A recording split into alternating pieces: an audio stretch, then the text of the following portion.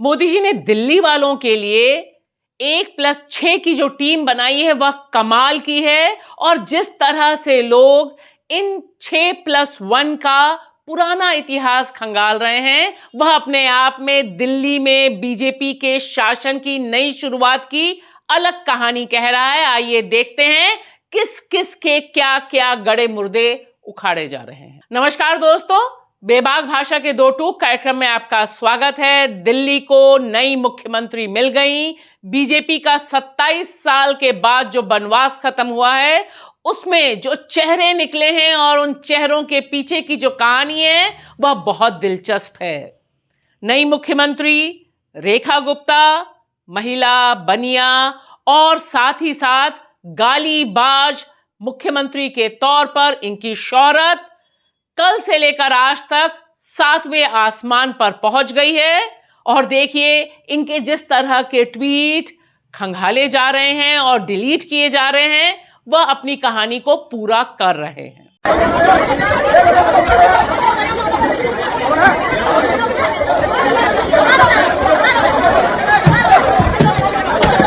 लेकिन रेखा गुप्ता अपने आप में अकेली नहीं है।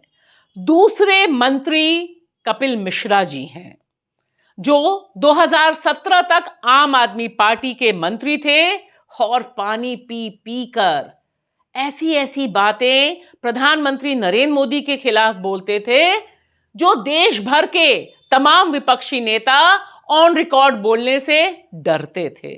उनके वे तमाम वीडियो इस समय सरफेस कर चुके हैं, यानी जनता जनार्दन के बीच हैं, और लोग याद दिला रहे हैं कि ये वही कपिल मिश्रा हैं और इनके यही सारे के सारे वीडियोस हैं। मोदी जी मुख्यमंत्री होते हुए अपनी मीटिंग छोड़ के बाहर निकल जाते थे इस महिला से अकेले में बात करने के लिए।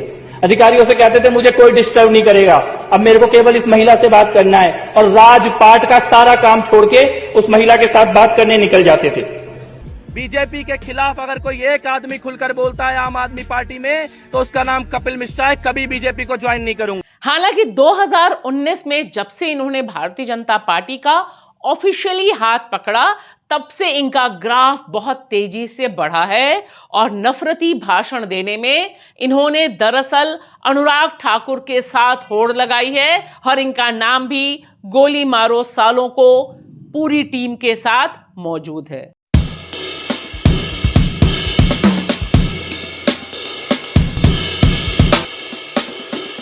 तीसरे सबसे ज्यादा चर्चा में रह रहे हैं सिख नेता मनजिंदर सिंह सिरसा। इनको मैं तब से जानती हूं जब देश की राजधानी के बॉर्डर पर, यानी दिल्ली की सीमा पर किसान आंदोलन चल रहा था। उस समय मनजिंदर सिंह सिरसा, जो शिरोमणि अकाली दल से जुड़े रहे हैं और सिख राजनीति में, सिख धार्मिक राजनीति में इनका बड़ा कद माना जाता है, उस समय इन्होंने बैटिंग करने की कोशिश की थी और किसान आंदोलन में दो फाड़ करने की कोशिश की थी। और शायद यही वजह है कि जैसे ही इन्हें मंत्री पद मिला, इन्होंने वही किया जिसके लिए इन्हें मंत्री पद दिया गया था। सीधे सीधे बैटिंग यहां से पंजाब पॉलिटिक्स के लिए शुरू हो गई और बताया गया कि 12 साल बाद किसी सिख को दिल्ली के कैबिनेट में जगह मिली। जिन्होंने मुझे देश की राजधानी में, जब एक विकास की एक लहर चलने वाली है, उस कैबिनेट में मंत्री के रूप में काम करने का मौका दिया है। मैं यह जरूर याद कराना चाहता हूं कि प्रधानमंत्री जी ने 12 साल बाद हमारी कम्युनिटी को उनको हक वापस किया है। 12 साल से यहां के मुख्यमंत्री ने हमारा ये हक छीन लिया था हमसे। हमारे सिख मंत्री का जो औहदा था उसको खत्म करके उन्होंने दिल्ली के और देश के सिखों के साथ बेइंसाफी की थी। और इसके बाद नंबर आता है प्रवेश सिंह वर्मा का। साहब सिंह वर्मा के बेटे, यानी दिल्ली के पूर्व मुख्यमंत्री के बेटे, जाट कार्ड जमकर खेलने वाले, और उससे भी बड़ी बात, अरविंद केजरीवाल को चुनाव में शिकस्त देने वाले। लेकिन उससे भी अहम बात प्रवेश सिंह वर्मा के बारे में वह तमाम वीडियोज हैं जो इस चुनाव में बता रहे थे कि किस तरह से उन्होंने साम दाम दंड भेद का इस्तेमाल किया, किस तरह से साड़ी दी, पैसा दिया, लेकिन उनका निशाना बिल्कुल साफ था, इलेक्शन कमीशन को साधने का, कुछ नहीं हुआ, लेकिन यह वीडियो फिर से उन्हें उनके करतूतों की याद दिला रहे हैं। किसने बुलाया था आपको यहाँ पे? कोई मोदी का है ना। अच्छा, नहीं तो मतलब घर जाके कोई कार्यकर्ता इनके बुला के लेके आए क्या आपको? हाँ, वो वहीं पे बन रहा है ना हमारे जुग्गी में। तो वोट भी आपका वहीं पे है? हाँ, वहाँ पे वहीं पे। अच्छा, तो कब बताया गया आपको कि यहाँ पे आना है काम करने के लिए? परसों। और आज आना है, ये कहा गया था? इसमें क्या क्या मिला आपके ऊपर, दिखाइएगा। बस वही 1100 रुपये है। 1100 रुपए क्या इसमें लिफाफे में? तो ये जो है इसमें आपको, नहीं तो ये घर पे मिला है आपको? नहीं, यहाँ पे मिला है, घर पे नहीं मिला। नहीं, हाँ, इनके आवास के गेट पे मिला है, दरवाजे पे। तो कुछ फॉर्म वॉर्म भरवाया गया था आपको?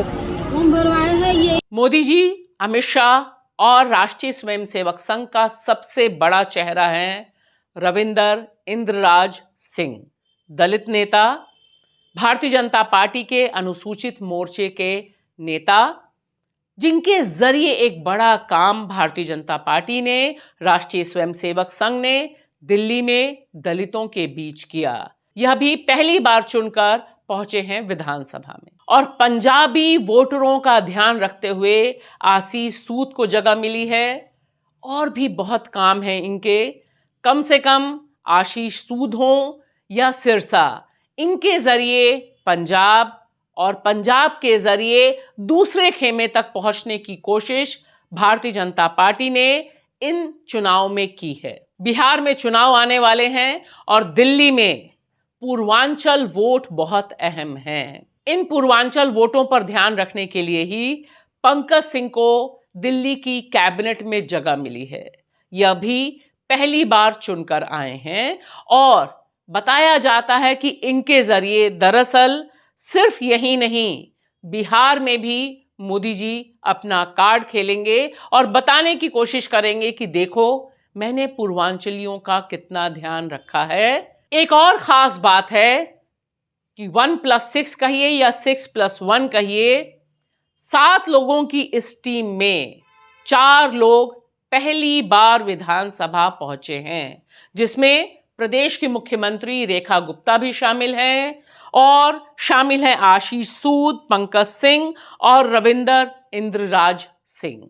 यह एक अलग ढंग का कार्ड है। और ध्यान से देखिए, मध्य प्रदेश और राजस्थान, यहाँ की पॉलिटिक्स में भी इसी तरह का खेल खेला गया, क्योंकि नया नाम, नया चेहरा, पहली बार विधानसभा में जीतकर पहुंचना, यानी एक दूसरे ढंग का तेवर और दूसरे ढंग का कंट्रोल दिल्ली में शुरू है। और अंत में ध्यान दीजिए इस यमुना आरती की। जिस तरह से यमुना को साफ चुटकियों में करा दिया एलजी ने, जबकि रेखा गुप्ता सीएम भी नहीं बनी थी, उससे साफ हो गया कि यमुना मैली थी तो बीजेपी या एलजी की वजह से थी, क्योंकि सारी पावर दरअसल एलजी के पास ही थी। उसी का इस्तेमाल करते हुए यमुना चुटकियों में साफ हो गई और मोदी जी के लिए और बीजेपी के लिए रास्ता साफ हो गया। शुक्रिया।